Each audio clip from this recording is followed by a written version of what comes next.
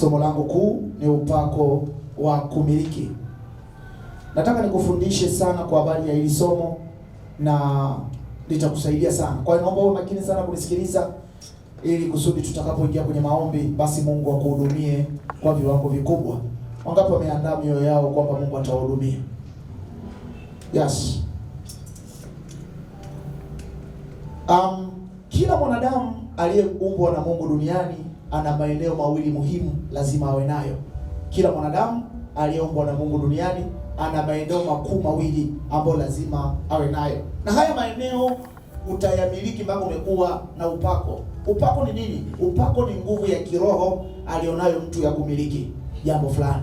Upako ni nguvu ya kiroho alionayo mtu ya kumiliki jambo fulani. Kwa hiyo kila mwanadamu aliyeumbwa duniani ana maeneo mawili anapaswa kumiliki. Eneo la kwanza ni eneo la ndoa. Kila mwanadamu lazima awe na ndoa. Utajuaje? Mungu anamwambia Adamu, si vema uwe peke yako, nitakufanyia msaidizi. Baada ya Mungu kumuumba tu Adamu, Mungu anamwambia Adamu, sio vema uwe peke yako, lazima nikufanyie msaidizi. Kwa hiyo jambo la kwanza, kila mwanadamu anapaswa kumiliki msaidizi. Kila mwanadamu anapaswa kumiliki msaidizi. Hakuna mwanadamu anaweza kufanikiwa akiwa peke yake.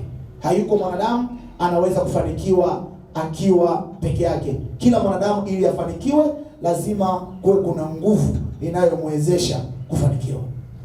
Wangapi tuko pamoja? Kwa hiyo eneo la kwanza, mwanadamu anapaswa kupata ndoa au watu wa kumsaidia kufikia hatima. Unaweza ukawa ndani yako una kitu kikubwa sana lakini ukafeli tu kwa sababu umekosa wasaidizi. Unaweza ukawa ndani yako una idea nzuri lakini hauna watu wa kukushika mkono. Unaweza ukawa ndani yako una maisha makubwa, una plan, una strategic plan nzuri lakini ukakosa watu wa kukusaidia. Mtu wa kwanza wa kumsaidizi wa kwanza kwenye maisha ya mtu ni mtu anayekuoa au mtu unayemwoa. Kuna mtu anaongea naye? Kwa hiyo jambo la kwanza, mwanadamu ni muhimu sana amiliki ndoa. Jambo la muhimu sana. Sio mimi nimesema watu wa Mungu.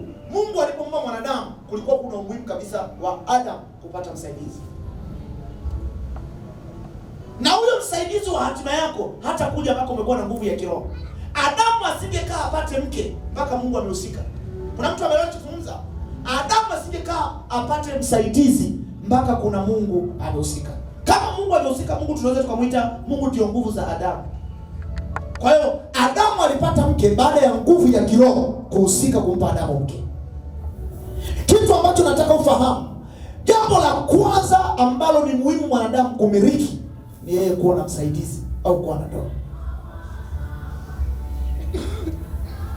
Na jambo la pili ni muhimu sana mwanadamu kuwa nalo ni kumiliki fedha na vyote vilivyomo duniani. Ni kumiliki fedha na vyote vilivyomo duniani. Ni haki ni haki ya kila mwanadamu duniani amiliki uchumi bora. Na mapenzi ya Mungu wanadamu wafanikiwe wakiwa duniani. Kuna mtu anaongea? Kwa hiyo plani ya Mungu ya kukuleta wewe duniani ni ili wewe umiliki na kutawala. Umiliki mume wako, umiliki mke wako, umiliki biashara zako, umiliki maisha bora. Watu wa Mungu, watu hawajui Mungu akutumba duniani ili tumwabudu peke yake. Watu wa Mungu, Mungu kuabudu ni jukumu letu, lakini swala la Mungu kutumba duniani ni jambo la kwanza lisitumiliki. Sio kama kuna mtu anaelewa. Tumeumbwa na Mungu duniani ili tuabudu. Jamani, basi Mungu ana roho mbaya. Kama tuabudu afu tuwe maskini. Mungu akutuma duniani ili tuabudu tu. Kuabudu ni jukumu la kila mtu aliyeumbwa na Mungu. Lakini plani ya Mungu kutuma duniani sio kuabudu. Hata mbinguni anaabudiwa. Plani ya Mungu kutuma duniani ili tumiliki na kutawala. Uishi mtu mmoja akiendelea. Amen. Kuto kumiliki na kutawala eneo la ndoa na eneo la uchumi ni laana. Sio kama kuna mtu anachozungumza. Kutokuwa na maisha bora ukiwa duniani ni laana. Kwa sababu kauli ya Mungu toka mwanzo, nimewaumba wanadamu wamiliki na kutawala. Bwana Yesu asifiwe.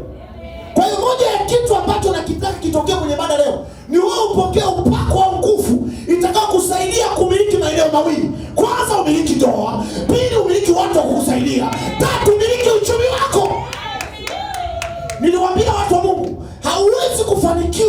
mpaka kuna nguvu ya kiroho imehusika.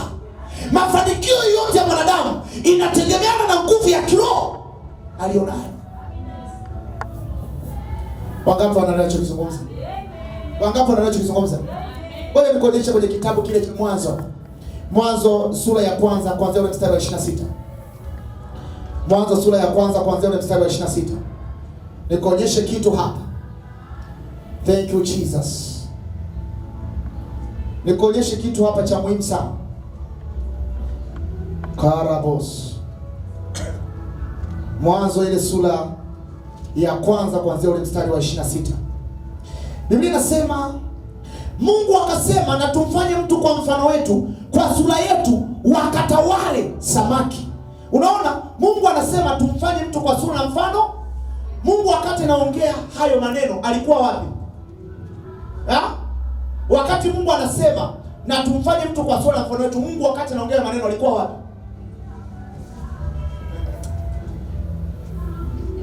Arusha, tunaelewana? Wakati Mungu anasema haya maneno na tumfanye mtu kwa sura na mfano wetu, Mungu huo wakati huo alikuwa wapi? Hakuna anayejua. Sijui kama tuko pamoja. Tuko pamoja? Mungu anasema na tumfanye mtu kwa sura na mfano wetu. Manake kwanza Mungu hakuwa peke yake. Kuna watu walikuwa wanaongea nao. Na tumfanye mtu kwa sura na mfano wetu. Watu gani walikuwa nao? Kumbe Mungu wakati anaomba hakuwa peke yake. Kuna cabinet ya washauri. Kwa sababu Mungu anaomba ushauri. Na tumfanye, Mungu akasema na tumfanye mtu kwa sura na mfano wake. Manake Mungu alikuwa tayari ameshaumba vitu kwenye ulimwengu wa roho. Kwa hiyo wakati Mungu anaongea hii kauli alikuwepo kwenye ulimwengu usioonekana, ambao ni ulimwengu wa roho. Kwa hiyo ukiulizwa Mungu aliongea wakati gani, maana yake alikuwa wapi wakati anaongea? Alikuwa kwenye ulimwengu wa roho. Kumbuka tuna aina mbili tu za ulimwengu. Tuna ulimwengu wa mwili na tuna ulimwengu wa roho. Kwa hiyo Mungu akawa anasema kwenye ulimwengu wa roho, na tumfanye mtu kwa sura na mfano wetu. Angalia plan strategic ya Mungu. Angalia nisemaje? Point ya Mungu ya kumuumba mtu. Anasema tumfanye mtu kwa sura na mfano wetu, alafu twende tukamweke wapi? Duniani. Tukishamweka duniani afanye nini? Kwa lengo la Mungu la kukumba wewe ni nini? Mbona wewe umekazana tu nimeumbwa niabudu? Nani akwambia? Angalia lengo la Mungu kwanza. Kabla ya kuabudu, angalia lengo la Mungu. Una hela, una ndoa, una kazi. My friend, kuna shida. Kuna shida. Usijitie moyo. Yaani usijitie moyo. Na ndio maana nataka maombi ya leo yamvushe mtu mmoja. Semina ijayo Arusha watu najua watajaa, tutatosha hapa.